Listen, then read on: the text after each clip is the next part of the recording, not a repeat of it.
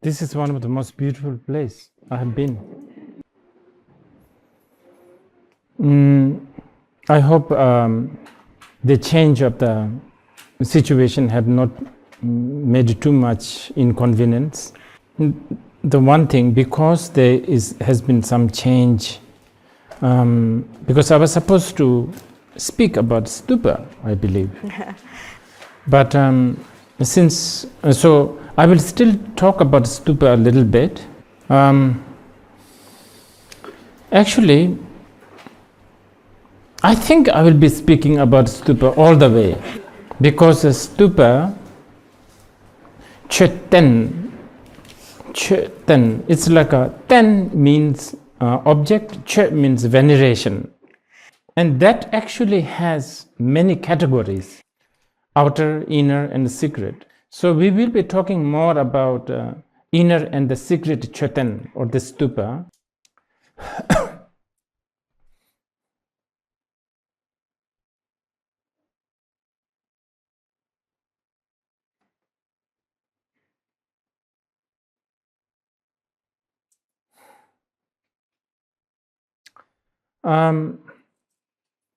Now,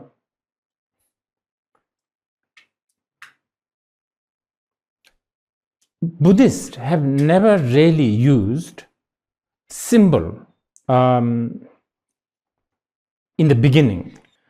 In fact, the Buddhists were very cautious about it.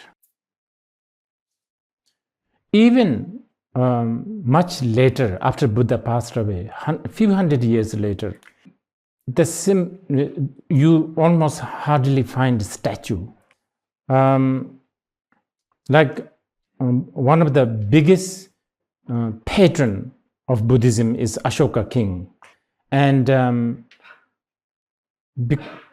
he used some icon, and there is like an icon of a long bed and a tree, two trees. That represents the Buddha's parinirvana. And then there's a throne, sort of a very small throne, and a tree behind. And that's the enlightenment of the Buddha.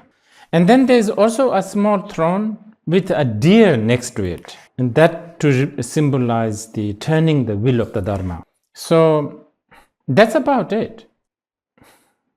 But there's also an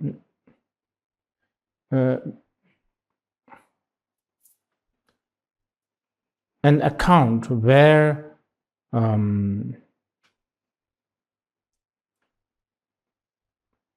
500 monks was put on the top of each other, and then the begging bowl was put upside down on top of that, and a walking stick, so the monk had this walking stick, was placed behind, and that probably is sort of the foundation of the shape of the stupa, which supposedly represent the truth, the mind of the Buddha.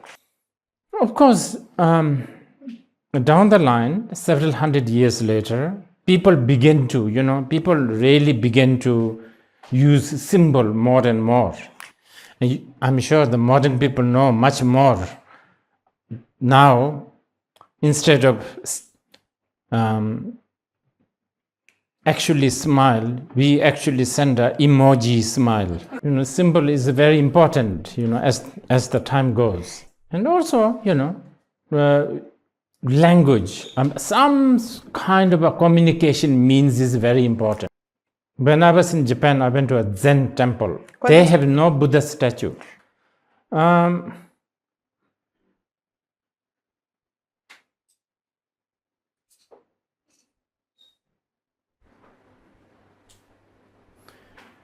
There is a very famous Mahayana Sutra called Vajrachedika Sutra. I think some people translate this as a Diamond Sutra. There Buddha said, those who see Buddha as a form, they have a mistaken view. But as I said, down the line, the form was necessary. So in order to represent the Buddha's form, there's a Buddha form, statues, paintings, all kind of gesture. Also depending on different culture. If you go to places like, Sri Lanka or Burma, there you will find reclining Buddha a lot. I think in the Theravada tradition, one of the foundation practices is impermanence and death. In Tibet, you hardly find this statue. Tibetans are in denial about death, I guess. Hey. They want to live long. Then there is a speech representation, mainly the text, I guess. And then the mind of the Buddha, which is stupa. And it's kind of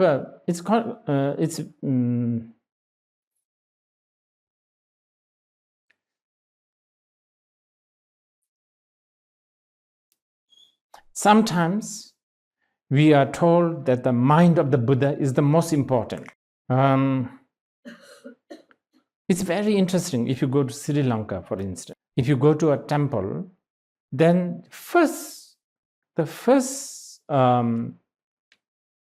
sort of a shrine or an object that they will take you is the Bodhi tree. That's the most important. So the first thing you see is that. And I think the local people also tend to go there the most.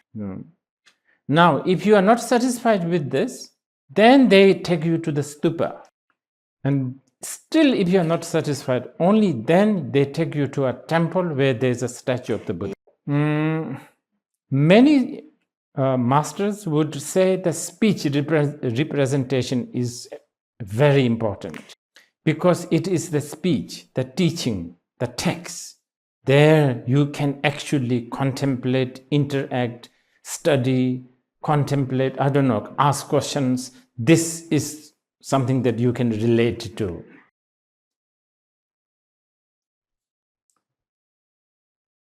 A lot of masters would say that the most important thing is hearing, contemplation, and practice. Because through hearing the teaching and contemplating and then putting that into the practice, you then achieve the realization.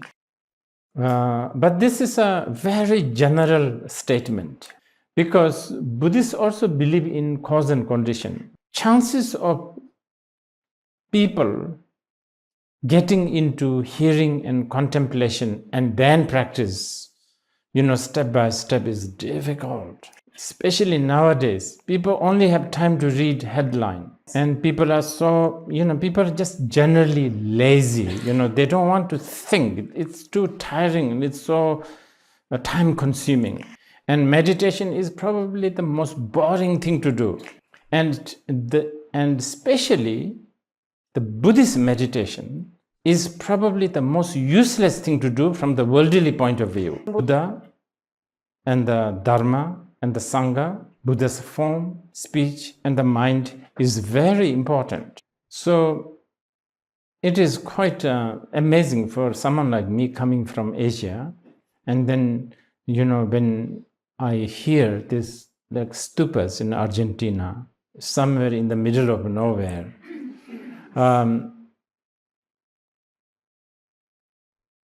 just the curiosity, not of course the human beings, but even the birds, animals. What is this mound, this structure? Just that curiosity is planting the seed of karma.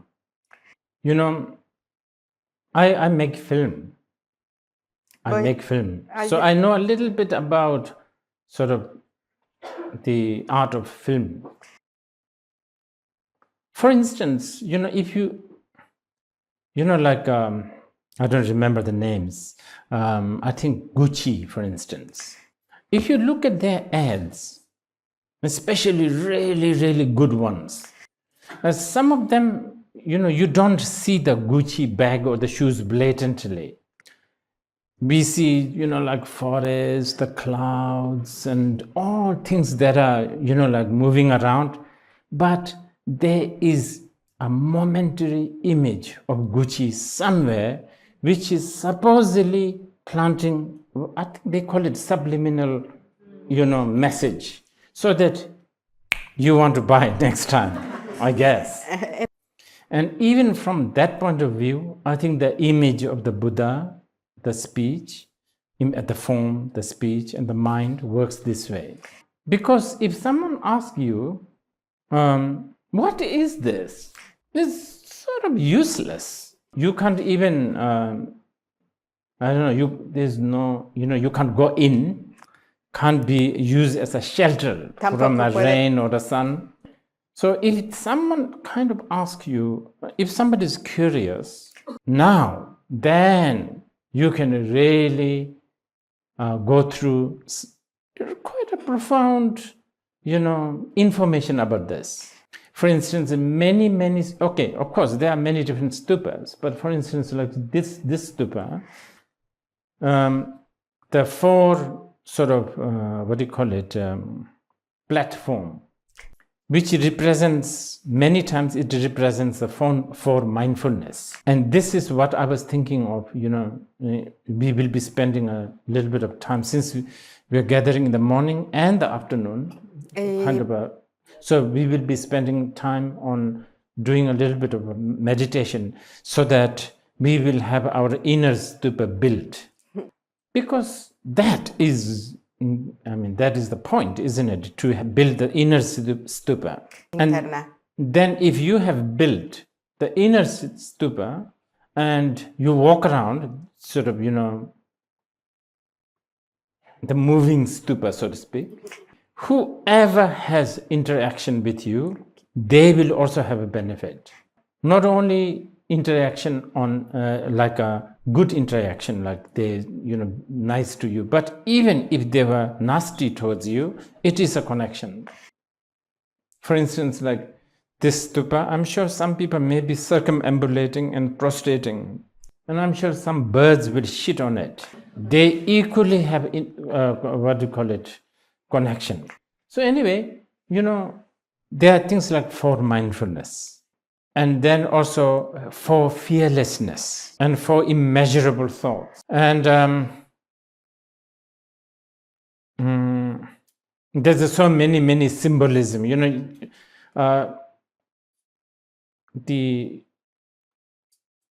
can go on and on, talk about all kinds of interpretation of, when it comes to symbolism. So,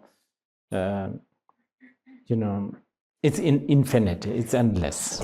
But the most important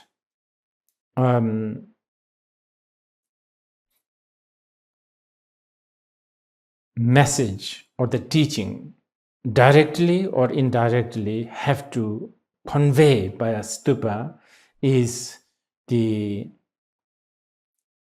sort of the inseparability of the wisdom and method. Well, stupa is a kind of a important symbol for Buddhism, especially after a few hundred years after Buddha passed away.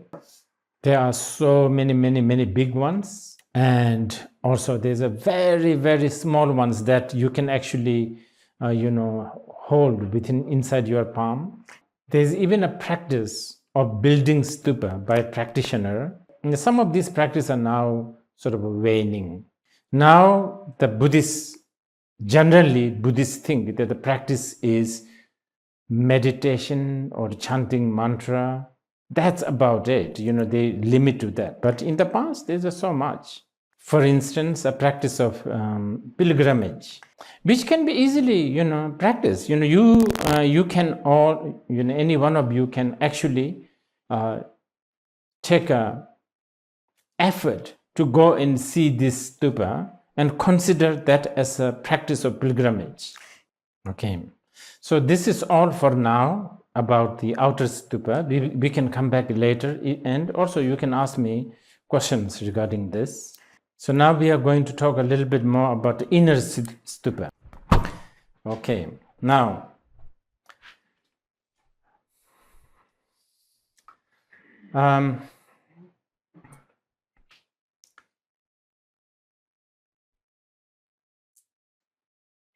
Most important in Buddhism is mind. And you do have mind. And at times it's a blessing that we have a mind. Many times it's a curse because it just keeps on knowing something.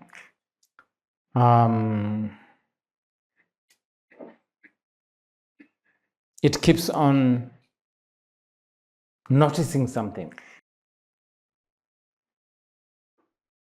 And that's so painful. Sometimes we wish that we are like a pebble, piece of stone, so that you have no hope, you have no fear, you don't have to pay the bills, you don't have to read about the democracy.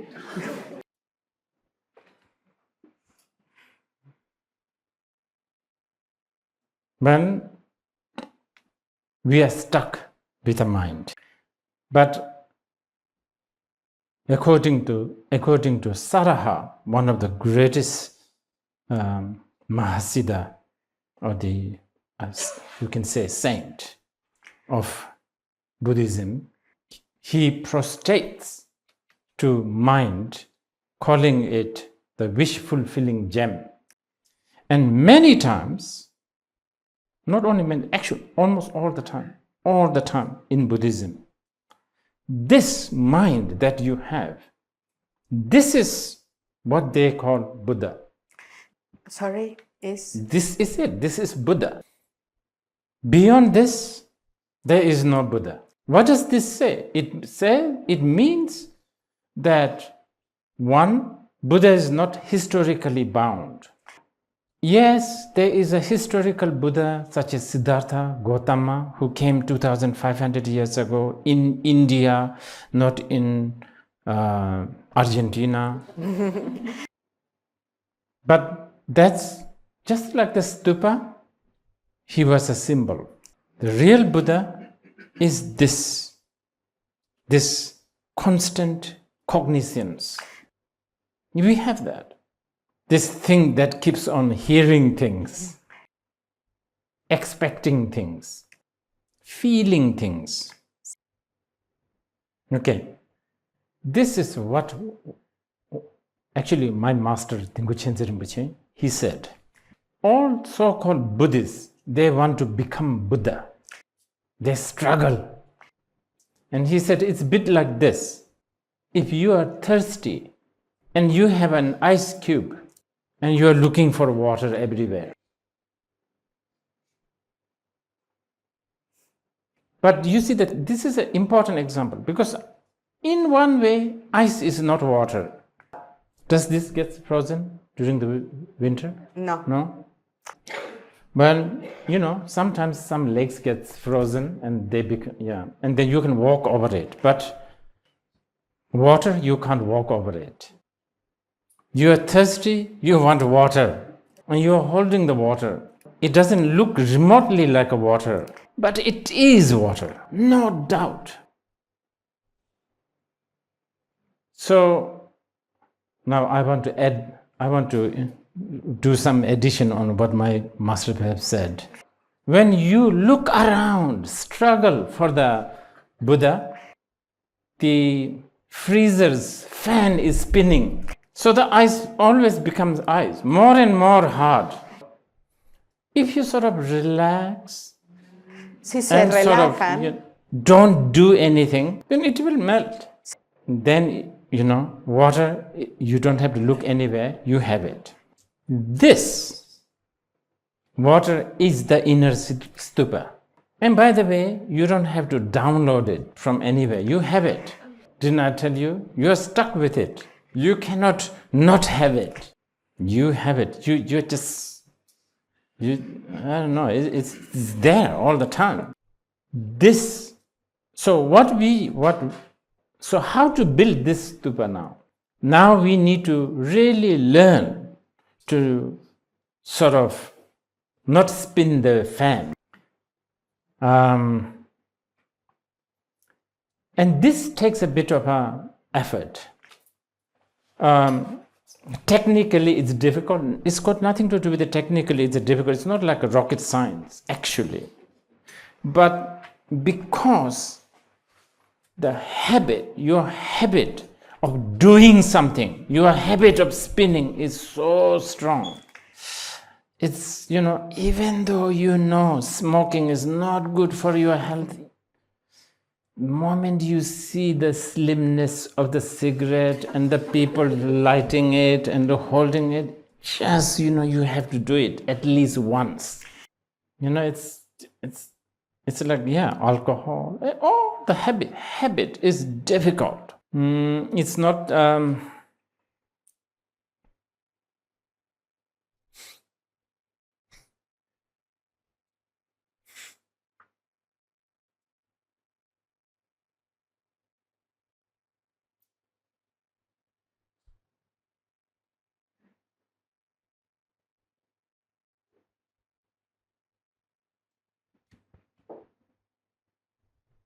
So-called practice,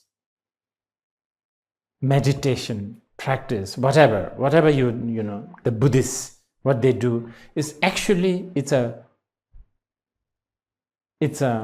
war that you wage with habit. It's a war against habit. That's it. That's so-called Dharma practice. It's basically it's a fight with a... I'm using the word, sort of a negative word, like a war, fight. But ideally, you should also, if you are good at it, you can also befriending. Before befriending them, outwitting them, seducing them, making them think that you are playing their game, but actually you are the one who is controlling. These are different types of stages of so-called meditation or practice. The highest method is indifference. Of course, ice is water, water is ice. No difference. But that's a little difficult for the beginners. Okay, so habit is what we need to work with. And there's so many ways to work. Okay, first, how does a habit become a habit? There are several ways. One is, and this is an important one, continuous chain. One after another, like a train. This is how they become habit. Now, let us disrupt. Even a little bit is good. Have you seen ants? They follow ants, the small insects. They sort of follow the leader. And in between two ants, if you, touch your finger, just to, then the second one, the next one gets a little confused. I guess the heat, the smell, I don't know. It disrupts them a little bit. Okay, so likewise, disrupting the chain of thoughts. Let's do this. It's very easy. Actually, that's the problem, because it's too easy. It's too easy. That's why it's difficult. Okay, so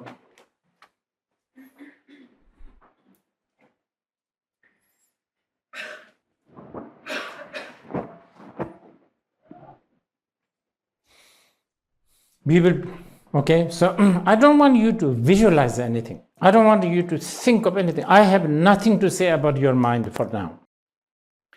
All I want you to do is just sit. We are going to sit for 1 minute, just 1 minute. But during this 1 minute, I want you to just sit. So no scratching, no yawning, no, you are only allowed to blink your eyes and swallow saliva and breathe. Yeah, or, So if you need to yawn, scratch, cough, whatever, please do now. Do it. Yeah. Just want to sit. No lights, no halos, nothing, nothing holy stuff, please. Just sitting. Okay. So, yeah, you are ready? Okay. I think sitting straight is good. Okay, let's do it.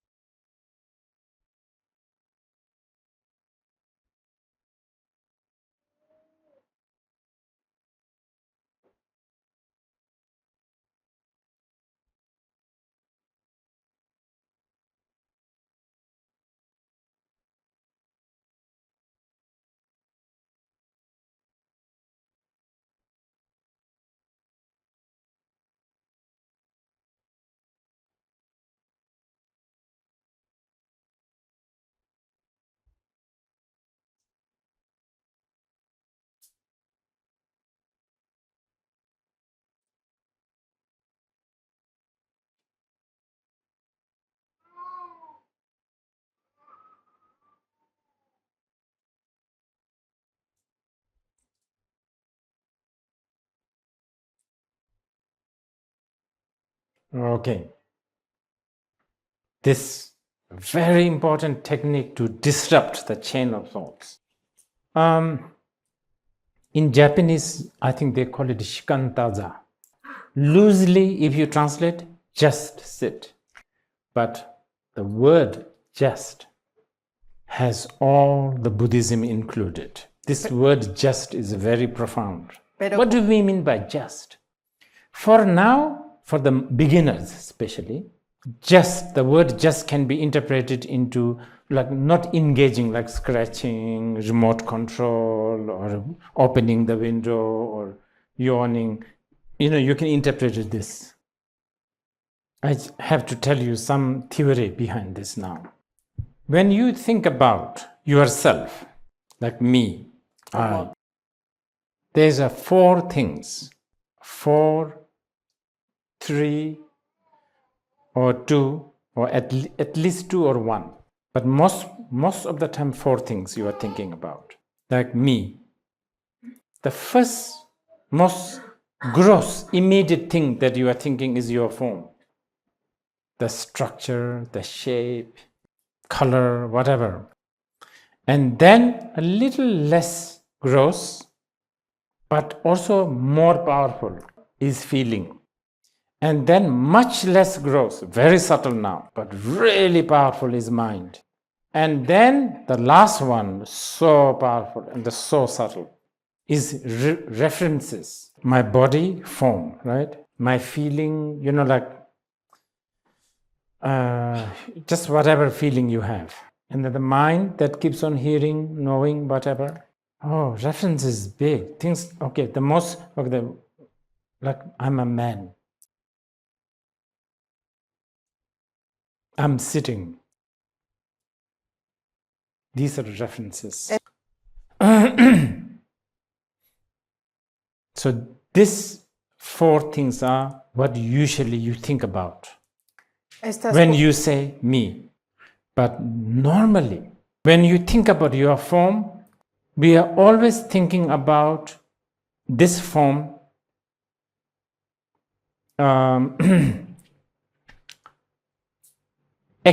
sort of in reference to some external reference. Oh, so many things, like, where's my, what is it? What do you call it? Six packs. Or, I'm eating too much.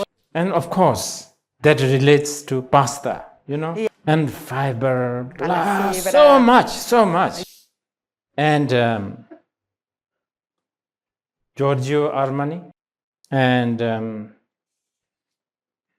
I don't know, Brad Pitt look, not dye hair, a snake tattoo. I don't know. This is how we think about. Remember spinning the wind? Now the ice is becoming really nice. It's becoming like a It's becoming an amber. Or what do you call it? Crystal, I think. Diamond is becoming. That's how we, that's how, see, the habit gets formed. And this is why when we watch a television, even though the Armani people put a little bit of symbolism there, it works. Now, just now, for 1 minute, what did you do? You did not surrender to any of this.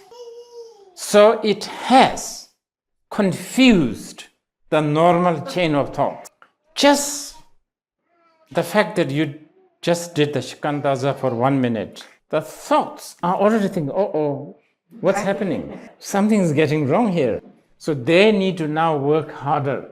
Of course, we are going to work hard too. So now let us do 2 minutes. Okay, so this time, what I want to do is, again, just sit. Because we are going to have 2 minutes, time to time, come back to your form. Don't think in terms of, small, big, tall, short, color, shape, none of that.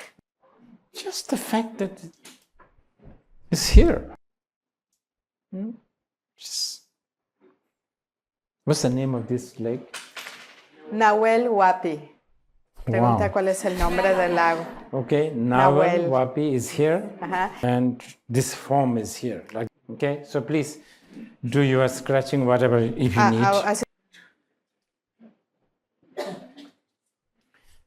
Okay, now let's do 2 minutes. Okay, again, I would suggest you to sit straight. We will, towards this afternoon, we will talk about, meditation while we are having a coffee with, what's the Argentinian hard drink?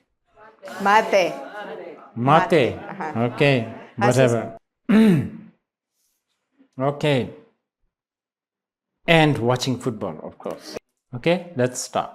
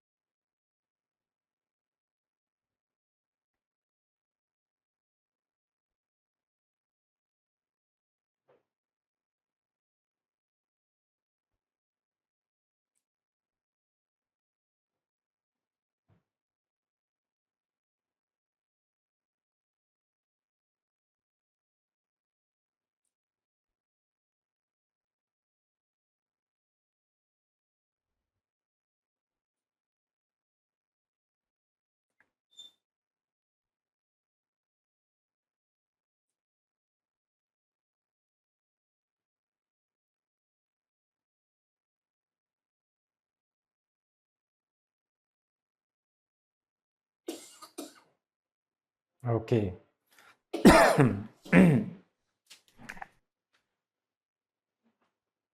Should we take a break? ¿Quieren 10 minutes break? descanso de 10 minutos? Tomemos un descanso de 10 minutos.